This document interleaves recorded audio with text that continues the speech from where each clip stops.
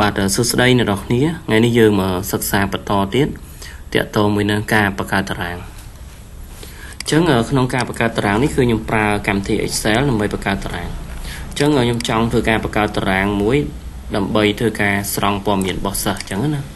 បាទតោះលើខ្ញុំចាប់ដើមអញ្ចឹងខ្ញុំនឹងធ្វើការ select ពី A លេខ1ដល់ A លេខ2ទៅដល់អក្សរឥឡូវខ្ញុំចូលសិនខ្ញុំចូល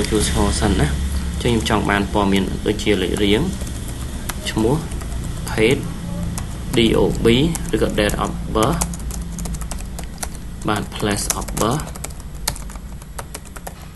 បាទ phone ណាអូខេអញ្ចឹងយើងមើលនេះវាបាំងអញ្ចឹងយើងគ្រាន់តែទាញអក្សរ D នេះមកបាទ E នេះចឹងដែរបងអាចឬក៏គ្នាយើងអាចចុចពីរដងមកតោះអញ្ចឹងខ្ញុំនឹងបង្ហាញការបញ្ចូលទិន្នន័យឲ្យខ្ញុំបញ្ចូលតិចទេណាដើម្បីជាគំរូទេបាទចឹងយើងមើលនេះអក្សរ A B C នេះគឺជាជួរឈរបាទដល់ លេខនេះគឺជាជួរដេកហើយនេះគេហៅបន្លោះ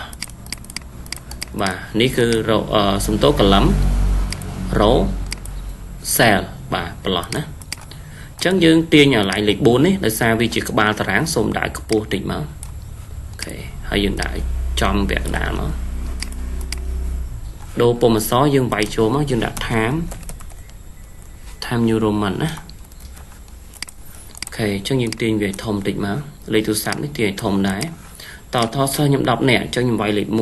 1បាទហើយខ្ញុំវាយលេខ2ដើម្បីចាប់អូលេខរៀងនេះគ្រាន់ select ចំពាក់កណ្ដាលមកហើយចាប់កាយនេះ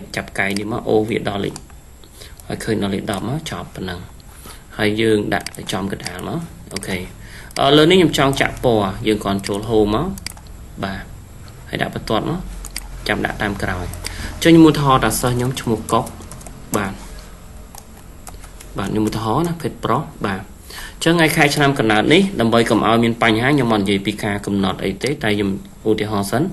ញ្ចឹងបើការវាយបញ្ចូលធម្មតាយើងគ្រាន់ដូរ select ពីលើចុះក្រោមកកន្លែងដែលយើងបញ្ចូលទិន្នន័យណាជាងចូលកន្លែង general នេះដូរទៅជាតិចណាអ្នកនេះបាទអញ្ចឹងថាកុកហ្នឹងគាត់កើតថ្ងៃទី1ខែ10បាទខែ12 2000 គុតចឹងទៅឧទាហរណ៍បាទចឹងទីកន្លែងកំណើតរបស់គាត់នៅណាគាត់កើតនៅពោធិ៍សាត់ចឹងទៅបាទចឹងលេខទូរស័ព្ទគាត់ចឹងឧទាហរណ៍ថា010បាទចឹងបើសិនជាអ្នកនេះយក general គឺយើងវាយដាក់លេខ0ពីគាត់បានទេដូចគ្នាខ្ញុំអូសយកជាតិចដែរទៅបាទសុំទោស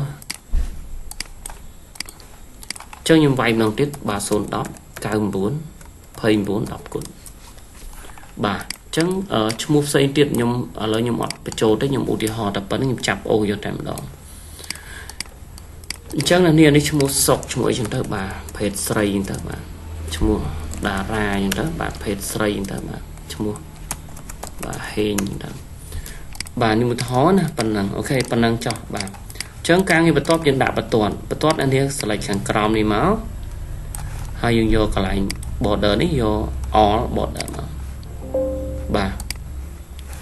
បន្តមកទៀតខ្ញុំចូលធ្វើការដូរពុម្ពអក្សរខ្ញុំដាក់ time New Roman មកពុម្ពវាហើយយកលេខ12មកហើយយើងចង់ឲ្យទិន្នន័យនឹងចំកណ្ដាលយើង select វាមកបាទដាក់ចំកណ្ដាលតែឈ្មោះយើងអត់ដាក់កណ្ដាលទេយើងដាក់ឆ្វេងណាបាទអានេះចឹងដែរដាក់ចំកណ្ដាលទៅបាទប៉ុណ្ណឹងកន្លែងនេះយើងអាច merge ចេះបាន merge ទាំងអស់មកយើងដាក់ថា student list អញ្ចឹងទៅយើងព្រីទំហំវាមកដាក់ពណ៌ក្រហមយើងដូរយកពុម្ពអីមួយផ្សេងអញ្ចឹងទៅ time New Roman អញ្ចឹងណាបាទ